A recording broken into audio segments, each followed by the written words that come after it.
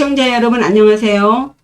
명심보감에 보생자, 과욕, 보신자, 피명이라는 말이 있어요. 생명을 보존하려면 욕심을 줄이고 몸을 지키려면 명예를 피해라 라는 말이에요. 이 구절은 그 누구보다도 격정의 세월을 살다간 흥선대원군의 심정을 그대로 옮긴 것 같은데요. 시 감상하시면서 함께 생각해 보시면 좋겠습니다. 남는 것은 공부뿐이지요. 삶의 깊이를 더해주는 공부, 항상 깨어있게 하는 공부, 함께 나누는 공부. 공부합시다. 해인학당 유순복입니다. 반갑습니다. 말씀드렸듯이 오늘 감상하실 시는 흥선대원군의 시 아소당이에요. 나아, 웃을소, 집당, 내가 웃는 집입니다. 미리 말씀드리자면 이 아소당이라는 시는 한때 조선을 좌지우지하던 권력자가 권력에서 밀려나서 재계를 도모하며 방법을 모색하지만 실패를 예감하면서 스스로 비웃는 그 자조적인 시입니다. 먼저 흥선대원군에 대해 간략히 알아보죠. 흥선대원군은 조선 26대 고종의 아버지죠. 이름은 이하응이고 호는 석파입니다. 화면에 보시다시피 왜소한 체격에 눈빛이 매우 날카로워서 인상이 강렬했다고 전해지는데 다소 위압적으로도 느껴집니다. 심리학적으로 그의 성격은 자기애가 매우 강한 성향을 보인다고 하네요. 자신만이 조선을 구할 유일한 존재로 인식해서 어린 아들을 왕위에 올려놓고 신하들을 조정하여 정치를 주도했고 정치적 술수로 정적을 탄압해서 자신의 이상 정치를 펼치려 했다고 평가합니다. 그러다 보니 백성들과의 공감 능력이 부족해서 경복궁 중건을 위해 지나치게 세금을 과도하게 징수하고 강제 동원을 감행하는 등 반사회적인 성향도 보이고 있어서 그가 실시한 서원철폐라든가 세도정치 타파, 왕권 강화 등의 긍정적인 개혁에도 불구하고 강압적인 통치, 백성의 고통 외면, 권력의 집착 등의 부정적인 이미지가 부각되기도 하는데요. 그의 성격상 어떤 비난도 용납하지 않고 오직 자신의 정책이 절대적으로 옳다고 믿는 자기 사랑에서 비롯된 것이라고 짐작해 봅니다. 한편 흥선대원군은 단순한 정치인의 신분을 넘어서 시문을 통해 자신의 존재를 끊임없이 어필하고자 했던 인물이었어요. 그 대표적인 작품이 문인으로서 분기가 물씬 풍기는 그의 난초 그림, 묵난화라든가 또 오늘 감상하실 시와 같은 것인데요. 그의 난초는 화면 곳곳에 소개해 드릴 것이니 감상해 보시기로 하고요. 그의 대표적인 시, 아소당 감상해 보시겠습니다. 이 시의 제목이기도 한 이 아소당은 1870년경 당시 50세였던 흥선대원군 이하응이 서울 마포구 공덕리에 자신의 묘자리를 정하면서 그 옆에 지은 별장 이름입니다. 삶의 마지막 은신처로서 자신을 돌아보며 인생을 마무리하고자 했던 철학가적인 면모도 보이는 장소라고 하겠는데요. 당시 이 아소당은 99칸의 대저택으로서 조선시대의 왕족만이 지을 수 있는 최대 규모입니다. 왕은 100칸 이상이지요. 소설대문과 일자형 안채, 기역자형 사랑채, 행랑채까지 갖춘 매우 웅장한 구조였죠. 자신의 위상을 과시하려는 의도도 있겠고 또 묘역 옆에 별장을 지어서 현재의 누림이 죽음 이후로까지 이어지기를 바라는 강한 자기애적 성향도 읽어볼 수 있겠습니다. 이외에도 그는 운영궁 사랑채 안에 아제당, 즉 내가 있는 집이라는 뜻의 당호를 가진 건물을 가지고 있었고 또 악법이라는 인장을 가지고 있었던 것을 보면 유독 나를 강조하는, 나를 자각하는 자아의식이 누구보다 강했음을 짐작해 볼 수 있겠어요. 우리 동양에서는 불가에서는 무아, 도가에서는 무위, 육아에서는 겸손 등등을 말하면서 나를 내세우지 말라는 사상이 지배적인데 그것을 모를 바 없는 대원군이 계속 나를 주장하고 있죠. 권력에서 물러난 후 죽음을 준비하면서도 자신의 존재를 끝까지 드러내고자 했던 그의 성향을 주목할 필요가 있겠습니다. 현재 이 아소당 본체는 서울 서대문구 봉원사로 옮겨져서 대방이라는 이름으로 사용되고 있답니다. 이 시의 형식은 한 구의 7자로 8개의 구로 구성된 칠원 율시로서 첫 구 끝자인 가벼울 경자와 각 연의 끝자인 기울경, 정령, 일울성, 삼생자의 종성인 이응자로 운율을 마쳤습니다. 시작법에 따라 이 두 번째 구인 함령과 세 번째 연인 경연 백구를 했습니다. 그럼 먼저 전체 내용 읽어보죠. 내 몸에 막중한 짐을 실은 내가 공직에서 물러나 한가히 지내며 술잔을 기울이고 있구나. 지난 일이 모두 나의 꿈, 이상임을 알고부터 여생을 세상 인정에 맡기려니 부끄러울 뿐이다. 남학신을 고치며 즐거이 백성들 얘기 듣고 매미소리 들으며 시냇가 버들 아래서 고시를 지어보네. 백년대계를 세세히 따져 자리를 안배해보니 인생 전반기나 후반기나 나는 우습기만 하구나. 그럼 첫 연부터 보시죠. 오부오신 임불경, 태공한일 주준경. 내 몸에 막중한 임무를 실은 내가 공직에서 물러나 한가한 날을 지내며 술잔을 기울이고 있구나. 오부오신, 나오, 실일부, 봄신. 내가 내 몸에 실었다. 시의 첫 구의 첫 자는 매우 의미가 있습니다. 여기 첫 구절에 첫 자로 나오자를 쓰고 있죠. 이 우리라는 뉘앙스가 있는 나자인데 보통 1인칭 대명사 같은 경우는 내용상 굳이 해석하지 않고 생략해서 넘어가는데 여기서는 대원군의 그 자기애적인 성향에 비추어 봐서 나라는 의미를 분명하게 해줘야 좀 내용이 분명해질 것 같아요. 그래서 나는 나의 몸에 실었다. 그럼 무엇을 실었는가? 임불경, 임무임, 안일불, 가벼울경, 불경, 가볍지 않은 임무, 막중한 임무를 실었다. 임무라면 좁게는 자신의 운명을 스스로 감당해왔다. 이렇게도 표현을 하는데 대원군은 아시다시피 조선 말기의 실질적인 권력자로서 자기 결정권이 있는 책임이 막강한 인물이었죠. 그러니 때때마다 국가와 백성을 위해 했던 나란 일을 말하겠습니다.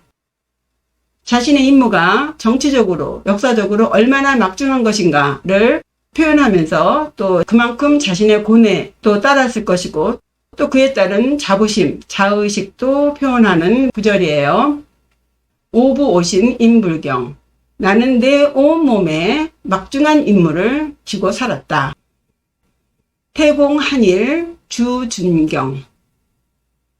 공직에서 물러나 한가한 날을 지내며 술잔을 기울이고 있다. 퇴공, 물러날 때 공무공, 공무에서 물러나다. 대원군이 정계에서 물러난 여러 가지 이유가 있겠지만 특히 그 단초가 되는 이야기가 있죠.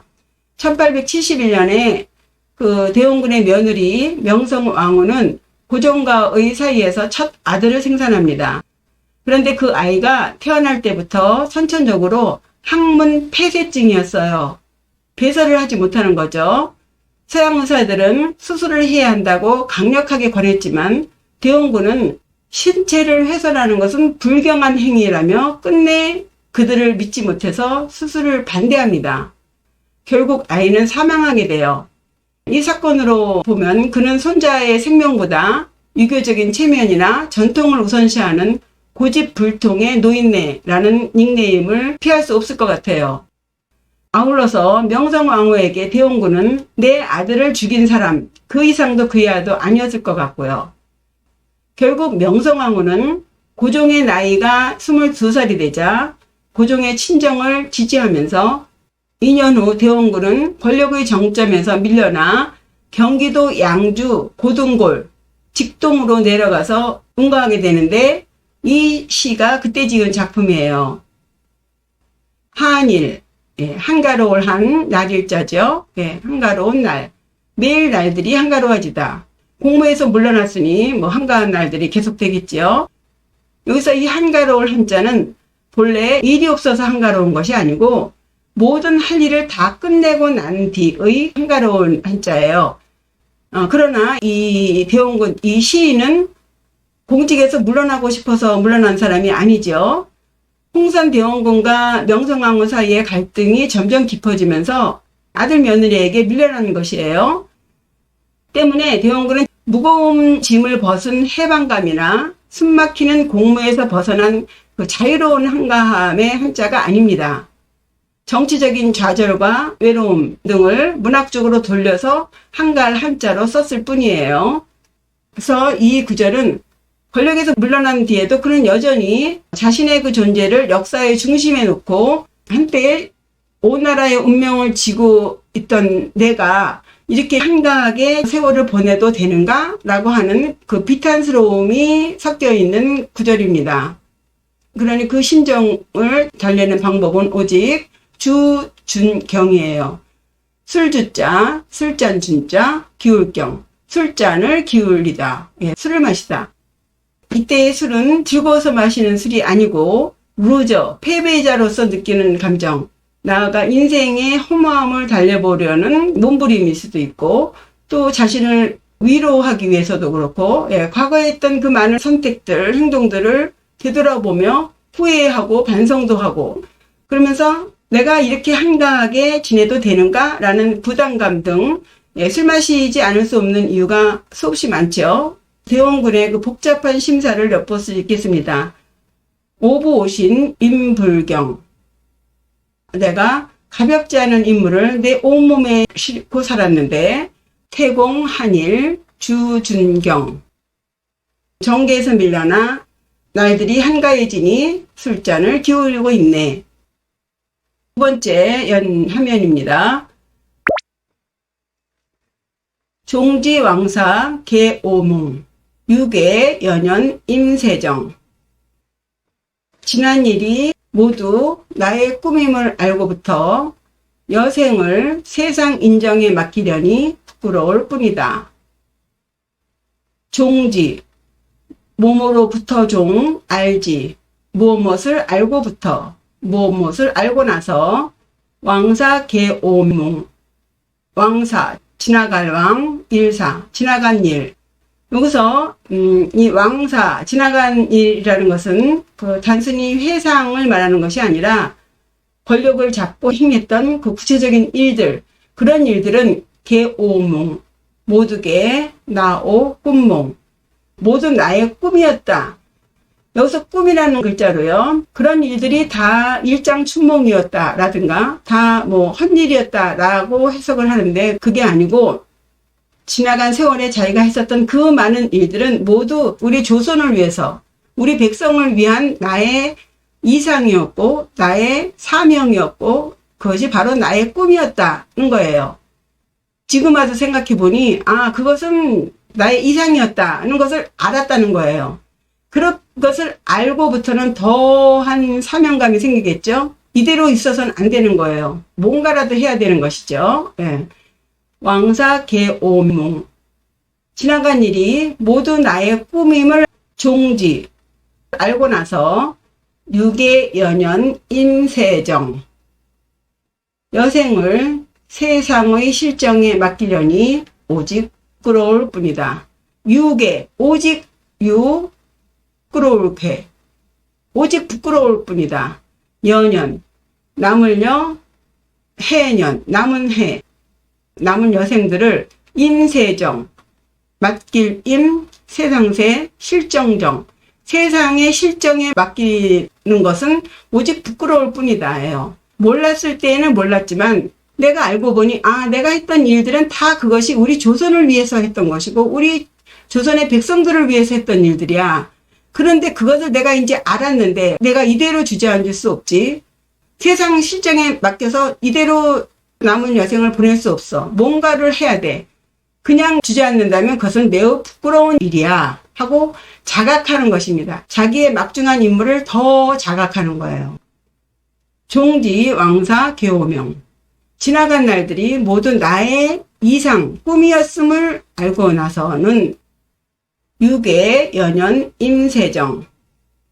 나머지 인생을 세태에 맡기는 것이 오직 부끄러울 뿐이라. 그럼 어떻게 해야 되겠습니까? 예, 뭐라도 해야죠. 이대로 물러날 수는 없다입니다. 세 번째 연이 경연, 반전이에요. 이극 산촌 이담호. 남학신을 고치며 산골 마을의 시골 사람들과 이야기하는 것을 좋아하고, 문선 계류 고시성. 매미 소리 들으며 시냇가 버드나무 아래서 고시를 짓네. 리극. 요 리자는 수리하다의 리자예요. 극자는 남학신 극자입니다. 남학신을 고치다. 남학신은 비가 오거나 이제 외출할 때 문인선비 같은 고위층들이 신는 건데, 이 남학신의 뚝딱거리는 소리로 그 존재감을 알리기도 했다고 합니다. 이 화면에 보시다시피 나무로 만들어졌기 때문에 깨지면 이렇게 징을 박아서 수리를 하는 모습이 보이네요.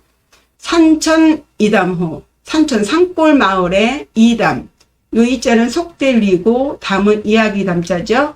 산촌 마을의 그 시골 사람들과 이야기하는 것을 좋아한다. 이것은요, 얼핏 들으면 남학신을 신고 산촌을 거닐거나 또 시골 사람들과 이야기하는 모습을 연상시키면서 뭐 자연과의 조화 혹은 소박한 삶을 영위한다, 뭐 이런 식으로 해석할 수도 있겠지만, 신이라는 것은 어느 곳으로 가게 하는 도구죠. 그래서 이 남학신을 고친다라고 하는 말은 방향을 바꾸다, 방향을 수정하다, 궤도를 재정비하다예요. 그러니까 지금까지 이 대원군이 자기가 행했던 그런 정책들을 일부 수정하는 장면을 지금 리극으로 표현한 것 같아요. 그리고 이 산촌이라는 것은 3년간 대원군이 머물렀던 경기도 양주의 고둔골입니다. 그래서 겉으로는 은일자연하면서 서민생활에 잘 적응하는 모습으로 보일 수도 있겠지만, 이것은 서민들과 어울리면서 백성들의 여론을 살피면서 민심을 탐색하는, 그러면서 복귀의 기반을 다지는 그런 모습으로 읽으셔야겠습니다. 그리고 문선 계류 고시성. 매미 소리를 들으며 시냇가 버드나무 아래에서 고시를 짓는다. 문선, 들음은 매미선 해서 매미 울음소리를 듣는다죠. 요 매미가 동양에서는 그 군자를 상징합니다. 매미의 머리에 그 각근처럼 무늬가 있나 봅니다. 해서 문인을 상징하고요. 매미는 이슬만 먹고 살기 때문에 맑다. 그리고 곡식을 먹지 않는다 해서 청렴함. 또 매미는 집도 없는가 봅니다. 예, 집을 짓지 않는 검소함. 또 정확하게 그 여름에 그때를 지켜서 우는 신. 이렇게 해서 이 매미는 바로 흥선대원군 자신을 비유한 것 같아요. 이 매미라는 것은 땅속에서 7년 동안 있다가 성충이 돼서 아주 짧은 시간 동안 아주 절박하게 암컷을 찾아 울지 않습니까? 그 짧은 생애의 덧없음도 말하겠지만 그 아주 짧은 순간에 울어대는 그 울음소리가 이 흥선대원군이 하고 싶은 말이에요. 즉 대원군 안에서, 대원군 가슴속에서 그 솟아오르는 그 자기 소리를 자기가 듣는 것입니다. 그러니까 이 매미의 울음은 그 대원군 자신의 그 억눌린 정치적인 의지를 분출하는 그런 소리, 혹은 민심을 향한, 백성들을 향한 그 호소, 그런 것을 이 매미 소리에 투영한 것이죠. 그래서 자신의 감정을 이 매미 소리에 이입해서 마지막으로 짧은 시간에 자신의 존재를 알리는 그런 외침, 그 외침을 자기가 듣는 거예요. 그러니까 요 앞구절은 백성들의 소리를 듣는 거지만 요 다음 구절은 자기가 원하는 것이 무엇인지, 자기가 진정 이 조선을 위해서 해야 할 일이 무엇인지를 스스로 듣는 것입니다. 그것을 문선이라고 표현한 것 같아요. 계류 고시성, 시냇가 버드나무 아래에서 고시를 짓는다. 그 소리를 들은 것을 시로 지어낸다입니다.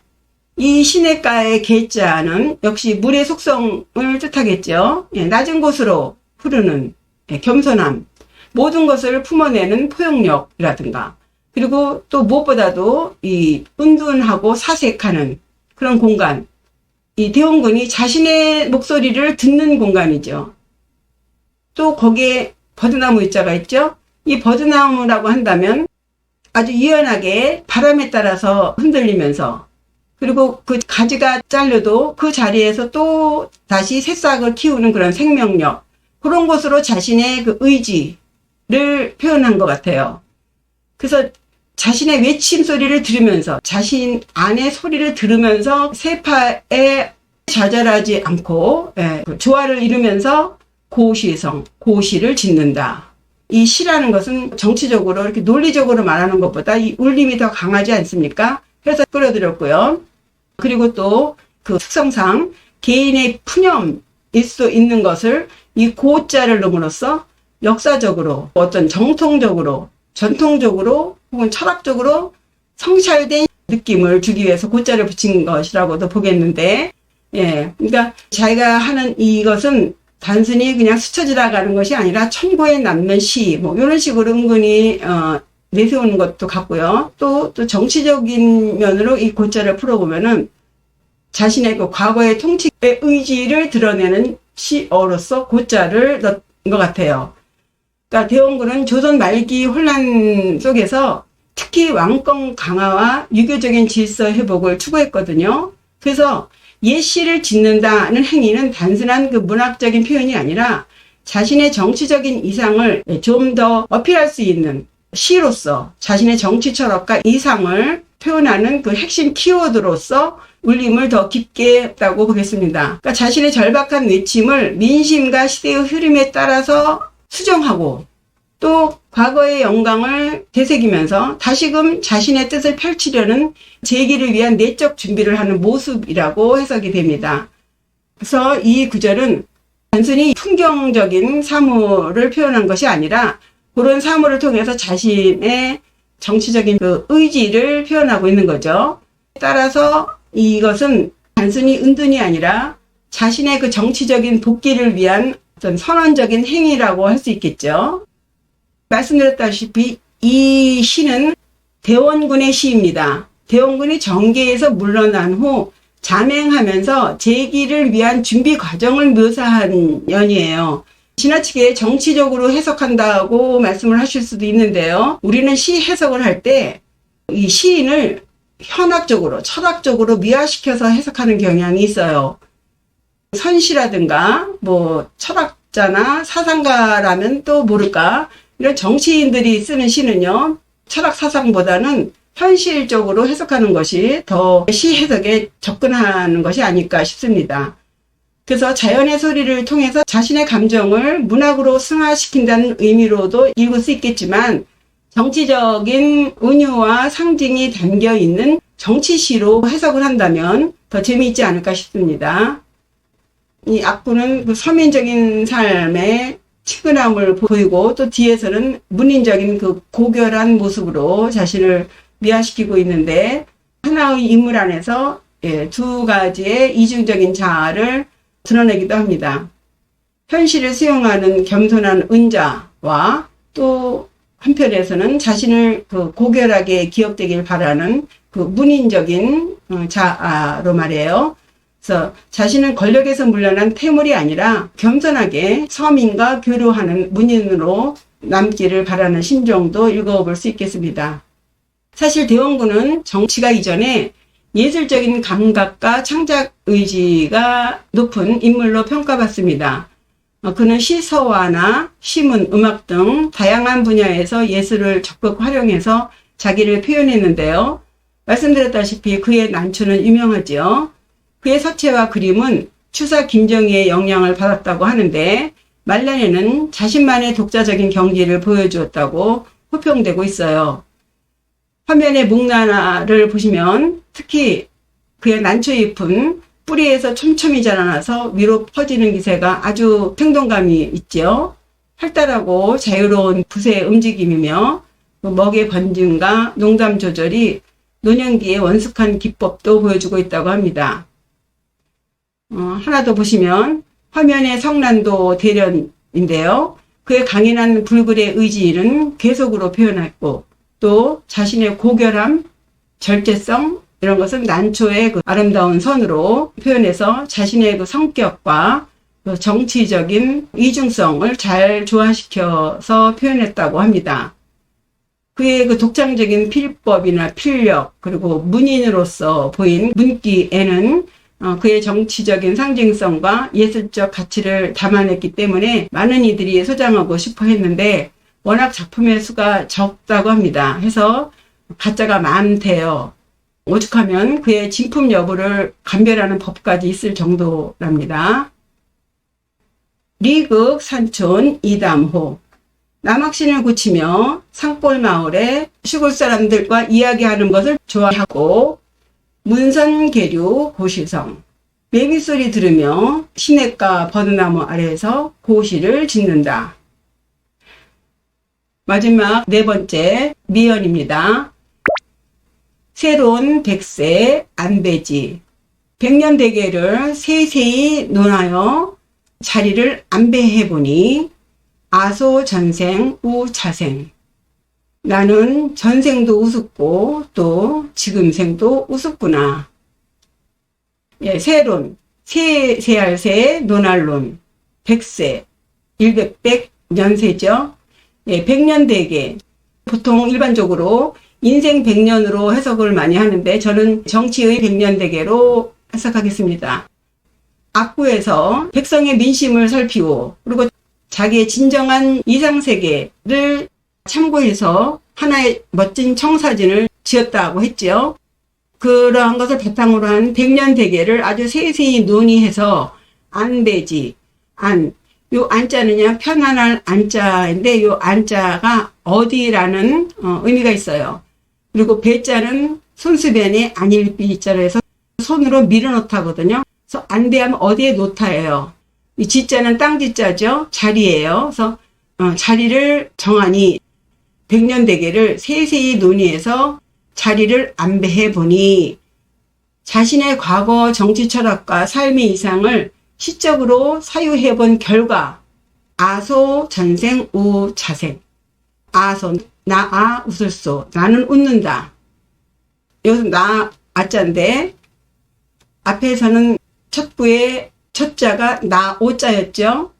요 나 아자와 나 오자의 사용 차이는 단순한 그 문장의 방식이 아니라 그 의미와 분위기의 차이가 있죠. 요 나 아자는 손수변의 창과자의 합자로서 손에 무기를 들고 있는 모양자예요. 그래서 자기 과시적인 의미가 담겨 있다 그랬죠. 그래서 나 자신, 나 자아라는 그 주체적인 그 의미가 강하게 들어있는 글자예요.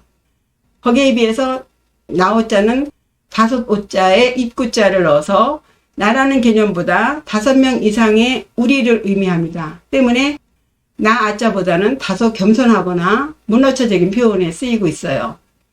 그래서 오부 오신 하면은 다소 집단적으로 막중한 짐을 지고 있다는 뉘앙스가 있는 반면에 아소 하면은 내가, 나의 자아가 강하게 드러나는 표현이죠. 그래서 자기가 이 100년 대계를 내가 인식한다는 의미에서 아예요. 그럼 내가 무엇을 웃고 있느냐? 전생 우 차생이죠. 이 표현은 마치 불가에서 전생, 금생, 내생 뭐 이런 식의 표현으로 해석들을 하는데 여기서 전생은요.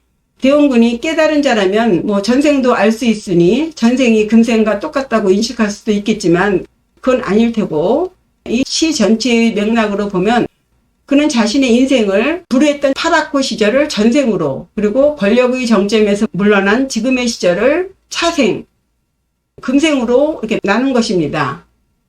때문에 전생을 불교적인 의미인 태어나기 이전의 생이라고 해석하기보다는 몰락한 양반으로서 방탕하게 살면서 뜻을 이루지 못했던 때의 상황. 그리고 금생은 아들을 등에 업고 권력의 절정기에 이르렀으나 결국 그 아들에 의해 쫓겨나서 또 계속 재계를 꿈꾸는 지금 이 시기. 그 시기, 요것이 파랗고 시절이나 지금 요때나 별 다를 게 없구나. 겉 모양만 다를 뿐, 형상만 다를 뿐 다른 게 하나도 없구나. 그러니 인생의 전반기나 후반기나 결국 자기의 뜻을 이루기 위해서 그렇게 애를 썼고 또 애를 쓰는 그 장면이 스스로 보니 참 우습구나. 그렇게 백년대계를 세세하게 논의하면서 자리를 안배하다 보니 내가 파랗고 시절에 권력을 잡아보려고 했었던 그때나 또 지금 다시 재계를 위해서 이렇게 머리를 쓰는 거나 똑같구나. 예, 그것이 참 우습구나. 예요. 그래서 상황이 똑같다는 표현을 불교적인 윤회 개념이 내포되어 있는 전생차생이라는 용어를 써서 운명의 반복성, 무상함을 우습다고 하는 것이죠.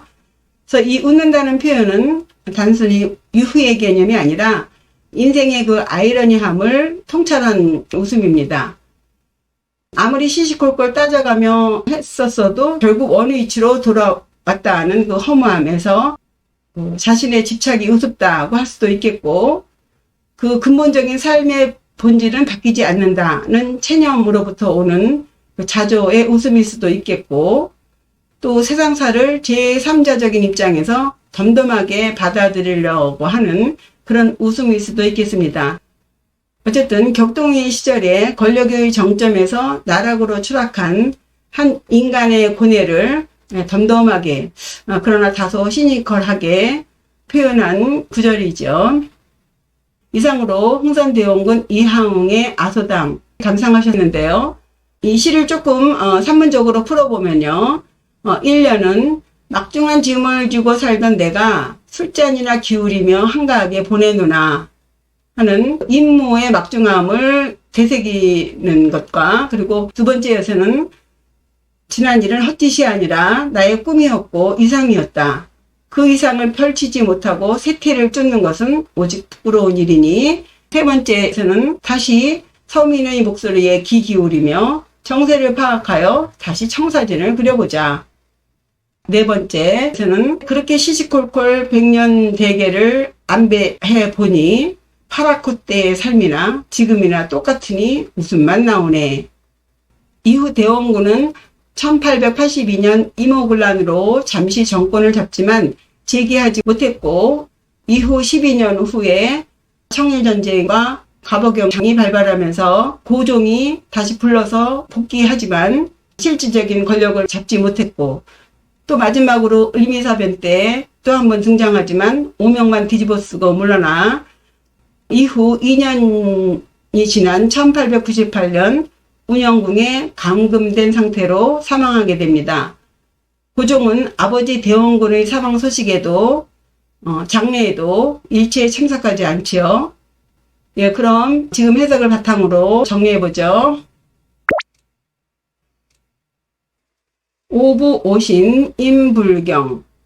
내 몸에 막중한 짐을 실은 내가 태공한일 주준경. 공직에서 물러나 한가한 날을 지내며 술잔을 기울이고 있구나. 종지왕사 개오몽. 지난 일이 모두 나의 꿈 이상임을 알고부터 유계연연 인세정. 여생을 세상의 실정에 맡기려니 오직 부끄러울 뿐이라. 리극산촌 이담호. 남학신을 고치며 산골 마을의 시골 사람들과 이야기하는 것을 좋아하고, 문선계류 고시성. 매미소리 들으며 시냇가 버드나무 아래에서 고시를 짓네. 새로운 백세 안배지. 백년대계를 세세히 따져 자리를 안배해 보니 아소전생 우차생. 인생의 전반기나 후반기나 나는 우습기만 하구나. 예, 이상으로 흥선대원군 이항웅의 아소당 내가 웃는다 시 감상하셨습니다. 이 해석을 바탕으로 여러 각도로 해석해 보세요. 우리는 한시를 지나치게 혈압적으로 해석하는 경향이 있습니다. 시인이 처한 사회적, 정치적인 배경을 참고하면 더 현실적이고 다이나믹한 해석으로 작가의 심정에 더 가까이 접근할 수 있을 것 같은데요. 공부에 많이 도움이 되길 바라요. 후원해 주시는 여러분, 가입자 여러분들, 구독자 여러분들 감사합니다. 여러분의 후원과 협조는 해인학당 발전에 큰 도움이 됩니다. 구독과 좋아요, 댓글 잊지 마시고요. 시청해 주셔서 감사합니다. 안녕히 계세요.